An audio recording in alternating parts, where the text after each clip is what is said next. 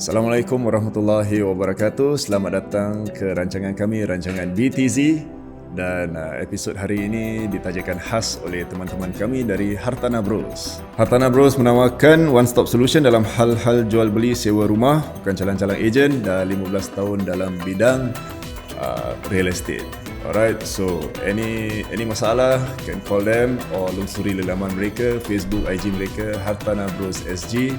Hartanah Bros, your property matters. Your property matters. Nak sambung lah kira. Alhamdulillah. Sebelum tu kita akan just want to officially wrap up our topics from Ramadan and also Syawal, bab-bab hari raya. So kita akan teruskan dengan episod-episod yang bertema seperti benda-benda yang hal-hal yang berlaku, and kita boleh gunakan Al-Quran untuk kita jalankan cerita kami. Dan salah satunya adalah topik hari ini ialah topik macam mana dunia ni ada dan macam mana Allah cipta dunia ni sebelum adanya manusia-manusia dalam isi bumi kita ni. So itulah macam moderator forum kita akan teruskan. Apa tajuk dia tadi dalam bahasa Arab tu? Bidayatul Khalqillah. Masya-Allah, tabarakallah. Ni kira dah penat beraya kira. Guys, please kasih balik. So ini satu topik yang I've been waiting for actually, to be honest. A very good topic to start our thematic punya program Betul. It's Yeah. something that I rasa also banyak viewers out there pun nak tahu. Curious about Curious obviously. siapa dijadikan dulu. Yes, sebelum adanya manusia-manusia dalam dunia ni ada apa? Ada jin, ada setengah-setengah orang cakap ada jin, ada makhluk-makhluk yang tinggal dekat gunung-gunung and all that. So before all that, actually let's go way back. Like how did Allah SWT actually says that, okay, I want to create something, let's start with this or this or this. What are the elements and what are the key things that betul-betulnya terbentuknya dunia? I think before we go into the topic kan, one interesting matter would be that bila kita tengok kat Quran, tengoklah agama kita, dia banyak bincang mengenai benda-benda yang seharusnya manusia tahu kan. Yes. Berarti bila Tuhan cipta manusia di atas muka bumi ini, Allah tak biarkan kita macam tu je, but then Allah equip us with the information. So Quran itu memang semuanya ada lah. Jadi kita hari ini pun we have competing views. Betul. Budak-budak kadang-kadang pergi sekolah dia dengar macam gini, dia dengar orang cakap macam tu kan. So as Muslims kita seharusnya go back to the primary source of everything, which is none other than the Quran lah. So Quran cakap apa pasal benda ni? That's supposed to be the way that we think. Understand. That angle lah. It has to be that angle. Okay. Bukan kita nak cakap sains tu tak betul ke apa, tapi the standard of truth dalam agama kita, Quran dahulu, everything else complements. Exactly. When today kita, of course in today's world we live with, there's scientific proof, there's all these other debates that we can actually macam petengahkan and then trying to say that this source come from this source come from that. And so I believe like what you said, as Muslims, I think banyak kaitan kita tengok video-video hari ni dekat YouTube. Betul. Scientific discoveries, video, all these discoveries, benda-benda aneh yang kita mungkin tak tahu, dan sekarang kita boleh bongkarkan benda tu. Dan kalau kita observe dalam masyarakat pun, I rasa, I nak cakap Ana tadi. Ana rasa Ana ente. Ana siapa dia ada dua group Okay. First group of people adalah orang yang dia cakap Quran sahaja yang seharusnya kita lihat, scientific punya benda-benda tak payah tengok langsung. Yeah. Okay. And then there are people who believe only in science, and apa dalam Quran tu kira kolot I understand. Kita kena correct our way of thinking. Dia tak contradict, cuma kita kena cakap hierarki dia tu macam mana. Pertama ni itu apa? Dalam Islam kita percaya bahawasanya Tuhan itu memiliki kebenaran. Tuhan yang memberikan kebenaran kepada kita. So we need to follow that particular type of methodology. I understand. So kalau kita tengok balik bila cakap pasal Quran, kita tiba-tiba tekak-tekak kita lain macam sikit dia kuitat lah. Dia rendang-rendang semua masih sangkut lah. Nantilah tak. Tadilah masuk pada topik Quran, tapi tengok balik cakap pasal Quran and science. Actually Quran tu adalah one of the sources untuk orang-orang sains rujuk juga. Betul. So bila diorang dapat new discoveries, kadang-kadang actually Quran dah discover dulu pun. Betul. Benda tu. Cuma kita punya tahap ilmu kita mungkin tak sampai pada Tak sampai, correct. Tak sampai pada apa yang kita ni. So bila balik kepada Al-Quran ni, dia adalah buku yang diciptakan ataupun adalah kalamullah. So Allah yang menciptakan dunia, Allah yang menciptakan kita, Allah lebih tahu daripada kita semua. So setiap ciptaan baru atau ciptaan yang Allah dah plan, memang Allah dah letak dalam Quran. Ada yang kita dapat detect, ada yang kita tak dapat detect. Sebab tahap ilmu kita tu gitu je. Of course, yes. So teringat juga ayat kita maksimum situ je. ayat yang Allah kata sanurihim ayatina fil afaq. Allah kata aku akan memperlihatkan tanda-tanda kebesaran aku tu daripada afaq. Afaq tu is the universe, everything lah yang kita tak mampu nak capai tu. Langit, planet, bintang lain, bintang semua. dan at the same time wafi anfusihim, dalam diri kita juga. Badan kita, darah kita, tangan kita, kejadian dalam badan kita Macam mana memasak. saluran kita So semua, itu adalah sains. Yes, That is science. Tu yang Allah SWT nak cuba kita faham. Bila akan datang zaman yang orang dah terlalu pandai dalam ilmu badan, dalam semua dah tahu. Tapi itulah yang sebenarnya Al-Quran nak tunjukkan tentang kebesaran Allah Subhanahu Wa Taala. I think that's an interesting point. Berarti apa tau? Berarti lebih kita tahu mengenai dunia, lebih kita memperakui kebesaran Tuhan. Betul. Science is supposed to lead you to God. Correct. And dahulu kita ni orang Islam, sejarah kita tidak lekang.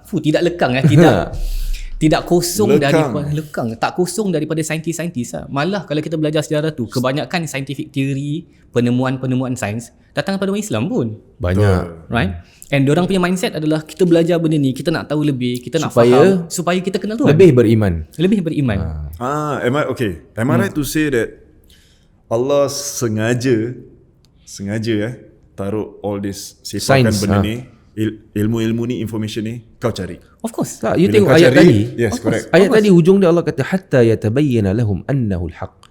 Nak tunjukkan kepada kita semua inilah kebenaran. Yang Allah tunjukkan akulah yang menguasai semua benda ni. So whether kita jumpa kebenaran tu atau tak jumpa tu belakang cerita. Correct. Tapi all the signs yang Allah tunjukkan sebelum kejadian kita, sebelum kejadian Nabi Adam, kejadian-kejadian yang datang yang kita tak tahu siapa yang buat benda ni melainkan Allah SWT, itu adalah tanda supaya kita lebih beriman kepada Allah. Makin kuat keimanan kita. New discoveries datang, oh ni Allah SWT yang miliki benda ni. Correct. I nak cakap the same thing. You discover something, let's say chemistry, physics, science, make sense. Then baru bila you dapat tahu sesuatu baru cakap, how phenomenal this thing is. Betul. Indirectly actually you are actually puji Allah. Betul memang. Dan Allah kat atas pun macam yes. Betul. And dah banyak kisah kan? pun. That's what he wants actually. I think dah banyak kisah saintis pun yang kira jatuh dengan keimanan lah. Maknanya dia orang masuk dengan memeluk agama Allah, dengan lebih percaya sebab dia rasa macam ni dah cukup benar ni apa yang Allah sebut dalam Quran. Dia kira tak contradict, malah lebih tinggi lagi ilmu yang the new discoveries yang diorang buat tu actually Allah SWT dah tahu lama ni. Betul. Betul tu dalam surah Rahman kan Allah selalu ulang kan, ini favorite orang lah, fabi ayyi ala rabbikuma. Kau dah dapat benda macam ni, kau nak cakap apa lagi? Apa lagi? What do you want? Betul. So kalau kita tengok kan in science, dalam ekologi this is very interesting. dalam alam binatang ke apa ke, macam it is impossible kalau kita tengok science punya perspektif. Tadi kita bincang-bincang sikit pasal evolutionary theory Darwin awalnya kita ni monyet ke apa macam gitu kan. Kita cakap it is impossible for things to be accidental lah. Tak mungkin alam ini yang so beautiful and so precise and so refined kita cakap ni tiba-tiba je jadi accident aja. Yes, macam orang-orang atheist That's the thing. Diorang rasa macam dunia ni semata-mata satu button cup semua dia. Kan? Kakak kan orang kalau pergi tengok I dulu bila belajar arts kan, kita pergi galeri kan, antara benda-benda yang orang agungkan adalah macam gambar-gambar lama macam Mona Lisa ke Starry Night ke apa. Cakap ini dia punya painting dia ni, dia punya Picasso. Berorang macam gitu kan. Dia brush dia macam gini, color punya profile macam gini, arrangement dia punya position dia. Cakap hebat betul dia punya painter dia. Sampai jadi buruk gambar tu kan. Tiba-tiba dunia ini yang begitu cantik dan begitu precise, ni accident. Kelakarnya gambar cantik macam gitu kita puji orang yang draw. Tiba-tiba alam ini yang so precise, tiba-tiba cakap ni accident. It doesn't make sense. Semua bila I teringat pengalaman waktu I drive dekat Austria kan. Seakan-akan macam lukisan tau kat depan. Masya-Allah. Macam you jalan kat Iceland. Serius, I baru nak cakap pasal tu. So macam kan, macam bila tengok balik, betul sih. Ini macam balik pada ayat tadi Allah kata sanurihim ayatina fil afaq. Kita kadang tengok luar banyak. Tapi Allah mention juga wafi anfusihim. Apa yang kau nampak kat luar ni is just berapa persen aja daripada kejadian kau yang begitu susah aku buat. Betul. Manusia berkejadian ni antara, you tengok dalam darah kita dia berapa banyak benda. Dalam badan kita ni ada, bila orang teropong masuk dengan scoop tu kan, Dia tengok benda, baru dia tahu yang wow, ini yang benda yang Allah nak tengok betapa keimanan kita ni boleh terima ke tak. Sebab manusia takkan boleh buat benda tu. Oh, that will be the next topic when we talk about Nabi Adam, how Allah cipta Adam. Yes, that will be And Allah sebut khalaqal insana fi ahsani taqwim. Allah jadikan manusia tu dengan sebaik-baik ciptaan. So itu yang salah satu benda yang kita tak nampak. Cuma ayat tu Allah kata wa fi anfusihim, dalam diri mereka yang kita banyak terlepas pandang. Kita selalu nampak depan. Correct. Nampak langit, masya-Allah gini. Tapi orang-orang yang betul-betul research dalam benda ni, diorang akan lebih impress dengan apa yang Allah jadikan dalam badan kita. Benda yang jantung kita, tapi jauh-jauh lah tamprin satu manusia kepada satu manusia lain beza. Kita anggap benda tu biasa lah. Kita anggap benda tu biasa. Like macam you cakap Australia, for me I pergi Iceland. Ada satu tempat tu yang kita nak kejarkan aurora. Kita nak tengok, wow, how beautiful aurora is. Aurora Pens bukan? Aurora light lah. Dia berjoget-joget lah. bukan. Marketing itu lain. Tak boleh airtime lah dia tiba. Then I decide to put on snooze every like 30 minutes because I nak kejarkan 2-3 pagi, 4 pagi and all that. So temperature was right. I dah tengok app, everything was dah plan lah. So waiting for the aurora. So I keluar budak-budak tidur. Babe, it was -3, -4. I dah menggigil gila. So kita tinggal dekat this house ranch tau, punya rumah. So it was open field. Tak ada blocking Tak ada blocking. I baring, I tengok atas for almost that moment is between me and langit. And I almost cried, to be honest. I tengok thousands, I think millions of stars above me. They are just like, macam you tengok advertisement macam gitu kan. But macam nak petik. It's just speechless lah. Dekat. It's just pure speechless. That's where you terus dalam hati you berputik. Saya cakap, ya Allah, cantiknya. Cantiknya. Sama seperti macam bila I dekat satu pulau dekat Indonesia back then. So kita want to explore this pulau, this air kan. Kita nak pergi snorkeling and all that. Then kita nampak ada macam boat Discovery Channel, National Geographic was there. Sekali cakap, ni mesti something that. Then we found out that they actually preserve all this, corals and all that. Kita tak boleh kacau. So when I took a first glance tu dekat bawah air tu, I tengok bawah. And the coral was like literally like from side tu tepi sampai bawah. Then after that they have this macam shadow putih that it brings you down to deep to another dimension. I tell you, that is the second time I rasa macam nak nangis dalam air tu. I macam literally dalam hati, ya Allah. Nangis dalam air macam mana air itu masalah. I wish I cried in that dalam air tu. Macam ya Allah, cantiknya. Cantik gila tau. Like you cannot explain. But this is really important tau. Kan inna fi khalqis samawati wal ard. Ujung dia kan subhanaka ma khalaqta hadza batila subhanaka faqina adzabannar. Ya Allah, maha suci engkau ya Allah. Kau tak pernah menciptakan apa-apa dalam keadaan sia-sia. And that's supposed to be the reaction. Correct. Masalah kita apa tau, kadang-kadang dalam kita hidup alam teknologi yang macam gini kan. Kita very deprived from nature.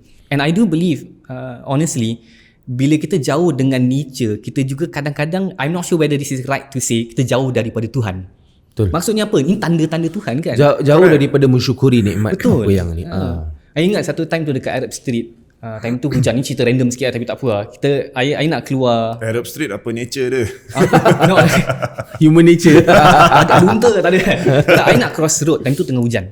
Okay. I nak cross road. Tiba-tiba ada orang yang I daripada luar ke shade. Ada orang daripada shade keluar, berarti ke hujan lah. Rupanya bila air masuk tu ke shade, orang Arab lah rupanya. Kita dengar cepat-cepat diorang cakap. Diorang rupanya Egyptian lah. Dengar telo diorang kan. Diorang sebut, Alhamdulillah, Masya Allah, zaman masyufna. Diorang padahal dengan hujan je. They were so appreciative of rain. Dikarenakan orang Arab kadang-kadang jarang lah jumpa hujan. But bila kena hujan tu, diorang macam so appreciative. Serius. Kita kena hujan macam biasa je apa. But pemikiran orang lama adalah, what experience do you have that you get to truly immerse yourself in nikmat Tuhan? Betul. Hujan tu kan nikmat Tuhan. Correct. Betul. But kita tak appreciate apa. Yes. Budak-budak yang tak pergi hutan ke, tak pergi beach ke apa kan, diorang don't get this kind of Of course, experiences. yes. Because we are living in the city. Kita dah terlalu, dikelilingi dengan building and all that. So then masuk aircon. So kita dah lupa. Kita somehow nikmat kita lupa nikmat-nikmat ni. These little things. Betul. Important, Important, we have very to important. go even maybe dekat Punggol tu mana tu Coney Island ke apa, just to see little things. Kalau like Singapore memang area-area situ lah kan. Dari situ lah yang kita boleh nampak macam discover something weird and then we say that wow, this happen. Maybe kat Bukit Timah punya trail ke. Betul. Important lah to reconnect with nature. Correct. Supaya kita dapat mendekatkan diri kepada Tuhan, melihat tanda-tanda Allah Subhanahu Kadang Wa Taala. bangun-bangun pagi pun, kalau kita sebab rushing kan pagi, kalau kita ambil Take time berapa minit daripada time kita tu. I buat ni sebab hari Sunday I imam subuh. Dan lepas tu I akan duduk kat luar masjid. Then I akan tengok langit je tau. Macam nikmatnya. Macam subhanallah, aku tak pernah sih rasa nikmat gini. Macam benda-benda yang kita terlepas pandang disebabkan dunia lah. Kita kerja disebabkan ni. So kadang-kadang mungkin kita ambil sedetik daripada masa kita untuk just syukuri nikmat Allah. Dengan benda-benda yang walaupun di mata kita benda ni simple tapi bayangkan kalau Allah tarik benda ni. Betul. And Dia actually macam, just that 5 minutes, just that 5 minutes tak payah of 5 minit syukur. pun. 1 minute 1 je. minute of syukur. You rasa betul. that make your day. Betul. And especially my house I tinggal kat tingkat 15. So bila I dengar my horse. The horse dia dekat alas table. Dia tengah relax. Hari tu dia race. Dekat my house bila I keluar, because depan kita tinggal dekat mana ni, dekat area East Coast itu kan, dekat Yunus. Tinggi So keluar je nampak East Coast tau. And tak ada blocking kat depan, tak ada blockage semua. So bila nampak langit tu macam Masya Allah sih. Antara nikmat-nikmat yang kadang-kadang kita terlepas. Cuma kita benda ni kalau kita tengok sekarang kita tak ingat tu sebagai satu nikmat. Tapi imagine kalau pagi tu tak keluar matahari. Betul. Oh, wah, seram Dia sama macam apa tau. Nikmat yang Allah kata antara one of the best nikmat, or is the best nikmat is nikmat kesihatan. Keafiatan tu kan Nabi sebut kan, nikmat yang paling tinggi. Sebab banyak orang tak treasure nikmat kesihatan. Sebab bila Allah tarik nikmat kesihatan tu, baru dia akan tahu dulu aku gini. Yes. Tahu dulu aku gini. So sama juga bila kita hidup kat dunia ni, kadang-kadang benda-benda gini yang kita tengok. Kadang-kadang apa pun di mata kita nampak tak baik pun, as simple as macam orang duduk kat negeri yang tak pernah nampak matahari. Ada kawan yang masa datang Singapura, best kau satu hari nampak matahari. Aku panas lah. Kan kita betul, tak pergi pasal hujan kita komplain. Hujan komplain ni semua. Panas komplain. That's why bila you cakap tadi tentang orang Arab yang ni, kita I duduk negeri Arab lama and susah nak hujan. Bila hujan, diorang akan keluar rumah and duduk and just enjoy. Kadang-kadang mandi hujan pun And antara sunnah juga bila Nabi kata tu, kita basahkan sikit badan kita dengan hujan tu, tanda kesyukuran kita pada Allah SWT. Sebab bayangkan kalau tak ada hujan, macam mana kita nak hidup? Air macam mana? Kalau cakap sunnah Nabi mandi hujan ni, memang kita jalankan sunnah ni betul. dengan cara yang betul. Kecil-kecil main hujan. Betul. I think kita kena react to nature as full as possible. Lepas tu dengan mata, dalam Quran Allah sebut afala yanzuruna ilal ibili kaifa khuliqat. Kau tak tengok ke kepada unta? Sama kaifa rufi'at. Exactly kan? Tak tengok ke? And dalam sunnah-sunnah Nabi tu, pagi tu ada ibadah tertentu. Pagi kita tengok pagi tu, kita appreciate pagi, asbahna wa asbahal mulku lillah. Bila petang tu amsayna wa amsal mulku lillah dan sebagainya kan. Every situation, hujan ada doa, ini ada doa, dengar peti ada doa dan sebagainya. To me that kita kena engage with nature. Itu kira the minimal amount of kita punya tanda kesyukuran. Which is kita cakap balik pada Allah SWT. Nampak hujan aja kita doa.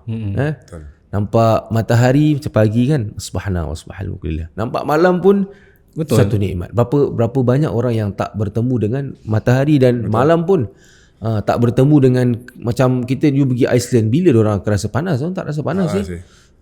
So I nampak matahari was like macam wah bestnya kau. That's why bila kita kat sana dah terlalu sejuk sangat, orang kat Singapore nak pergi negeri sejuk untuk rasakan sejuk. Bila you kat sana, you nak pergi Dubai nak rasakan panas. And lagi panas lagi bagus.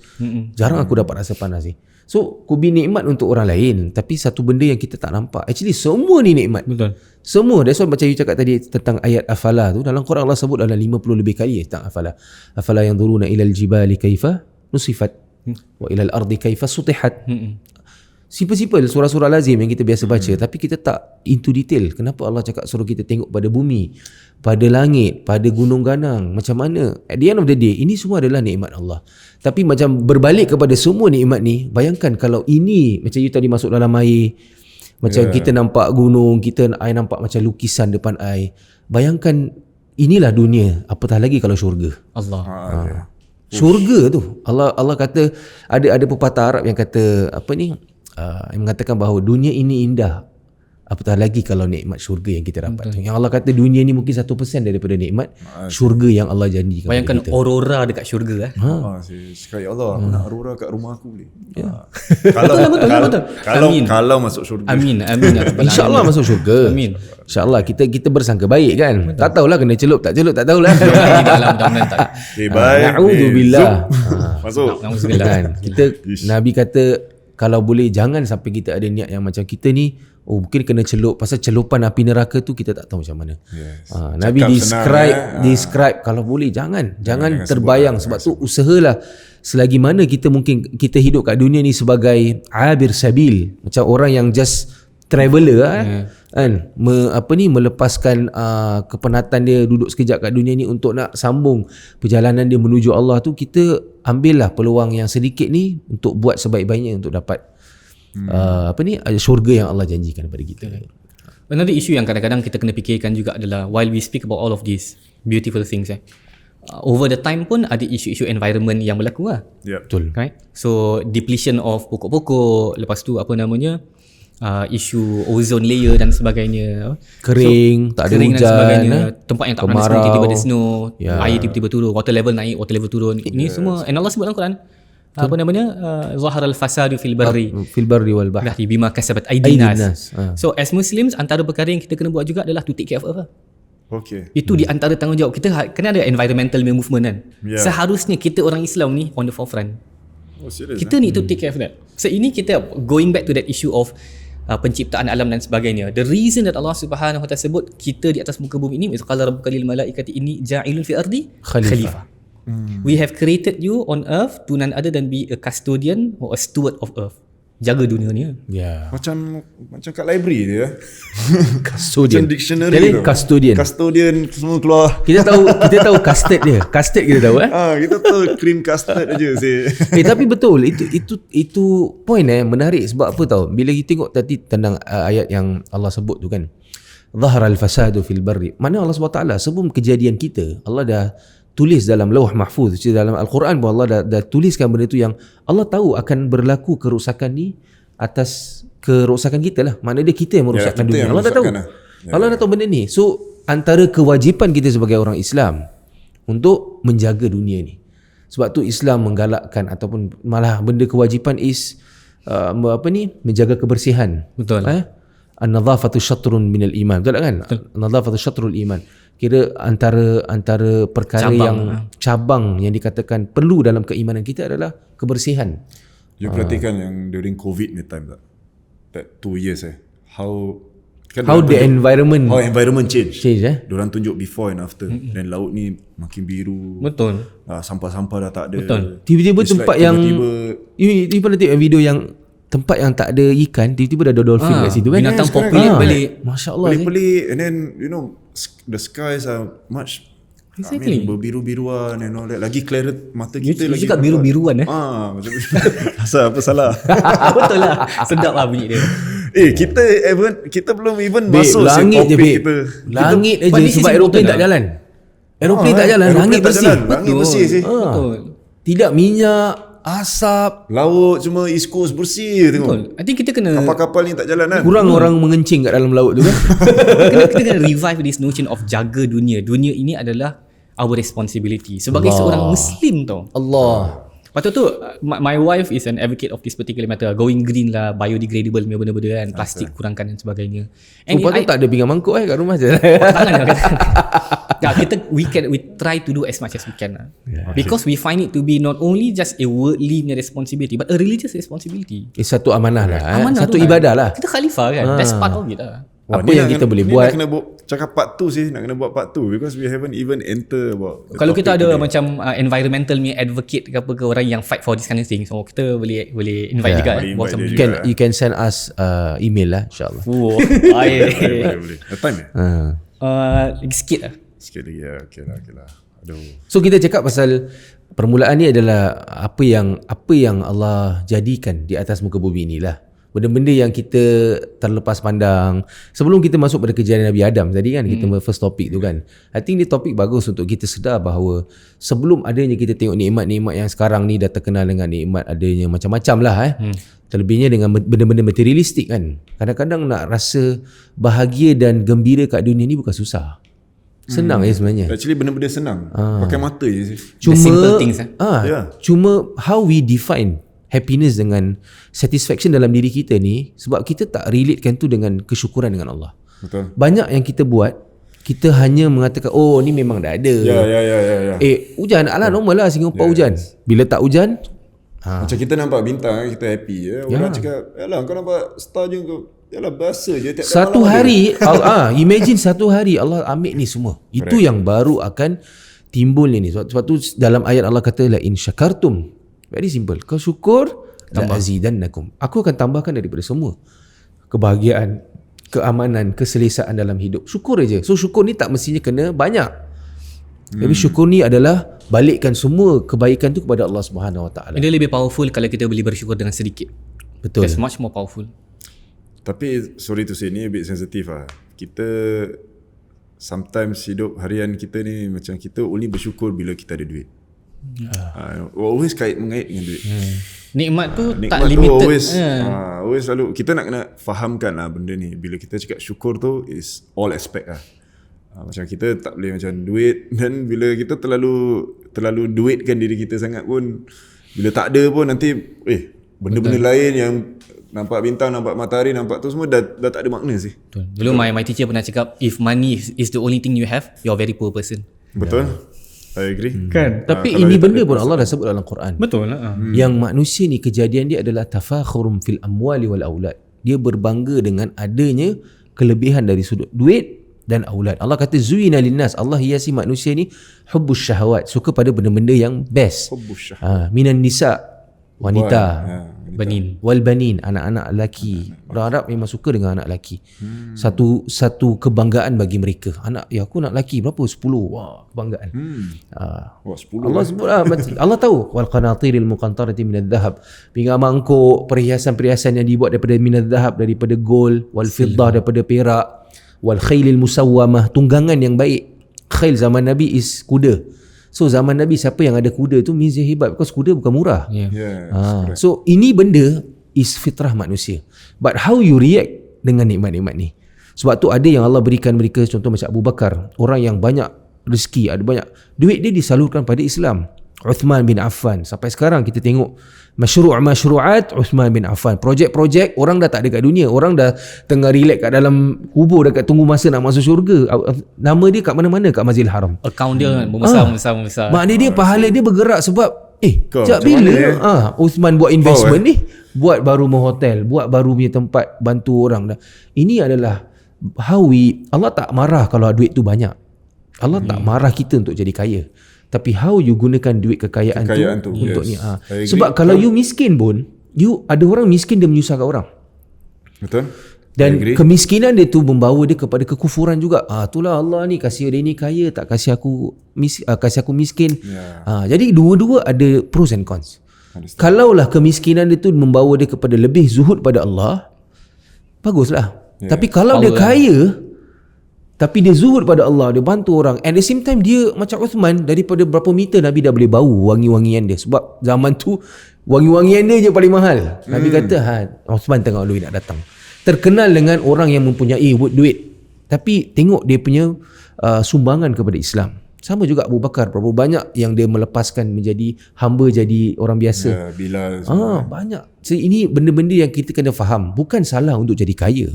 Tapi bagaimana kita menggunakan kekayaan kita untuk diri kita, untuk mendapatkan rahmat dan nikmat Allah SWT. Ya Allah, jadikanlah aku jutawan yang dermawan. Amin. Ayat tu pun menarik tau, last thing. Betul. Ayat tu mula dengan Zuyina linnas. Zuyina tu, it has been embellished. Dipercantikkan. Embellished. Decorated. Ulama khilaf, decoration ni bagus ke decoration ni tak bagus? Ulama khilaf.